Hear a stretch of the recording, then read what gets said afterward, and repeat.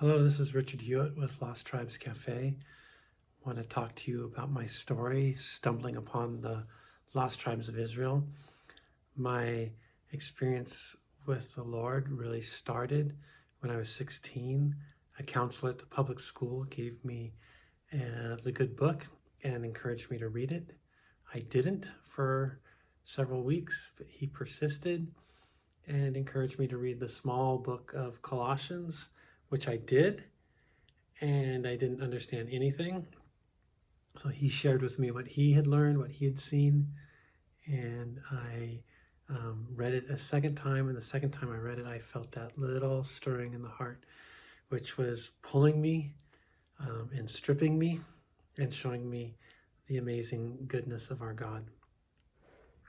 It was just the beginning of a lifelong attraction to this narrative, this book.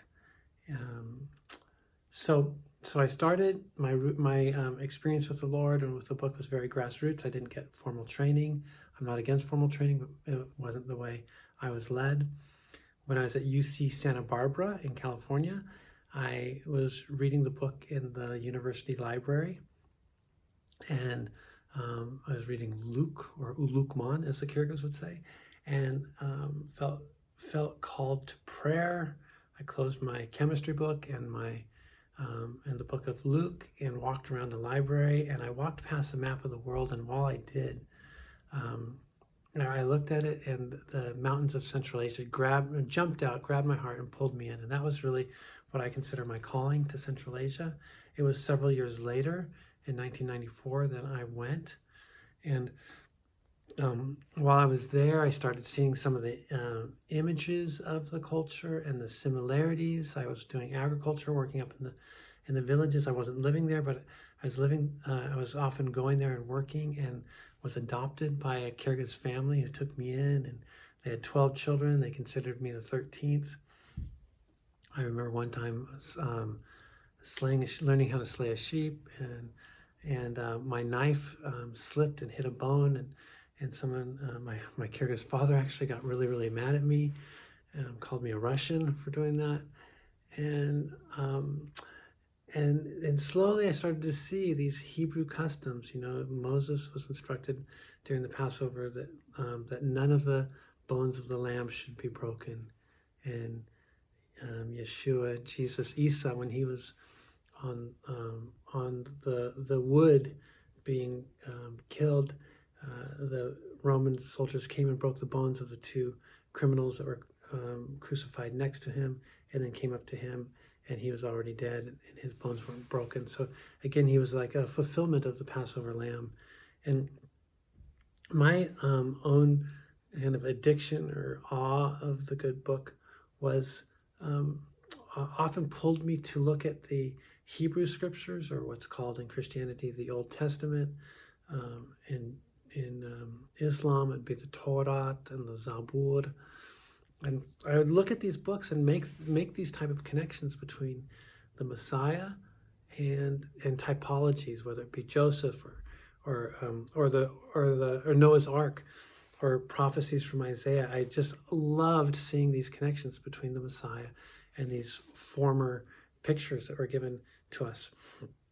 So when I got to Kyrgyzstan and started seeing some of the customs that they had, I immediately thought of the Messiah. I went into a yurt and asked, why is this symbol at the top of your yurt, this tunduk, or the smoke hole, why is it so important to you? And they would say, well, it's the light of our world. Through this light comes to our whole house.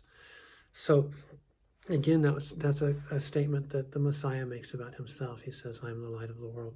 So these connections were just unending. And then not only the connections to the Messiah, but also there were customs that were very much based in the Torah. And I started, I made a list. My list went from 20 to 50 to 70. And when my list got to 70 similarities between the Kyrgyz, who were nomadic, and the ancient Israelites, who were also nomadic, when my list got to 70, I started asking God, this is more than coincidence.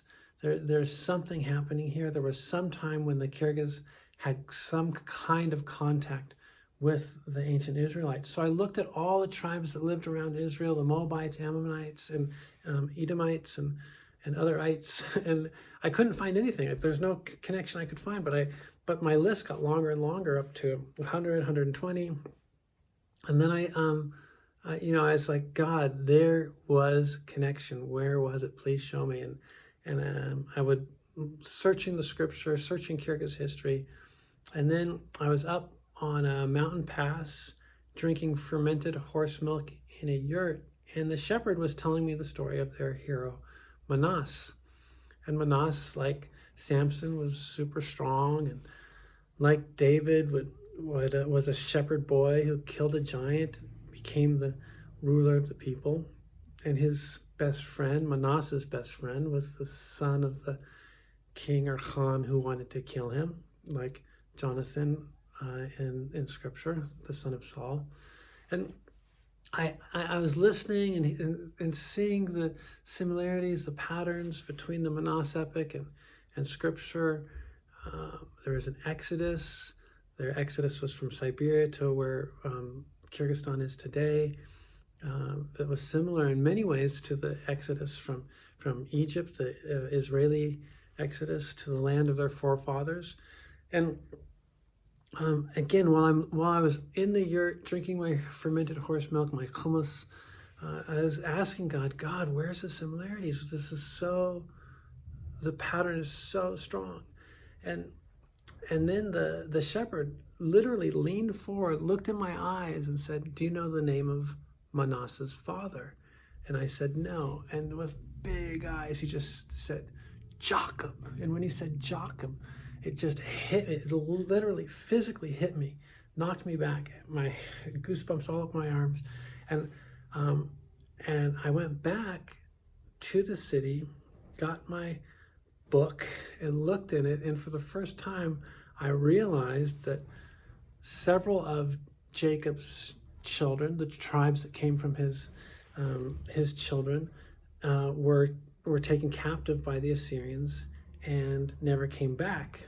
A little bit later we see that the Babylonians came and took the Jews, or Judah, and they were held captive for 70 years and then came back 70 years later. But the tribes that didn't come back, the descendants of Joseph and the other tribes, were still out there among the nations, as God had said, scattered to every nation on earth, with the promise that they would come back. I'd never seen that before. I never looked for the descendants of the Kyrgyz within the 12 tribes of Israel. And so that's basically how I stumbled onto the whole 12 tribes of Israel book. I'm actually astounded because I'd read my Bible several times and never seen these similarities. And there are so many references to these lost tribes, but oftentimes the reader doesn't pick up on them unless you know the terminology. So after the 12 tribe confederation under David and Solomon split, it split into 10 tribes in the north and 2 tribes in the south. That's why the lost tribes of Israel are often called the 10 tribes, because the 10 tribes are Joseph in the north. And when that split occurred, there was also a different use of terminology that developed. The word Israel applied to the 10 tribes in the north, and Judah to the south, Jerusalem in the south, and Samaria in the north. So names used for the 10 tribes in the north would be Israel, Jacob, Joseph, Ephraim, who was the second born of Joseph, but the stronger tribe. And those are just a few of the names. Samaria, we have on the Silk Road Samarkand, which seems to be named after Samaria, or Samar, fort of Samar. And anyway, the similarities list, the clues, everything go on and on. I just wanted to talk about my journey a little bit and how I stumbled upon the lost tribes of Israel. So that's it from me, Richard Hewitt, November 3rd, 2020. God bless you all. Bye.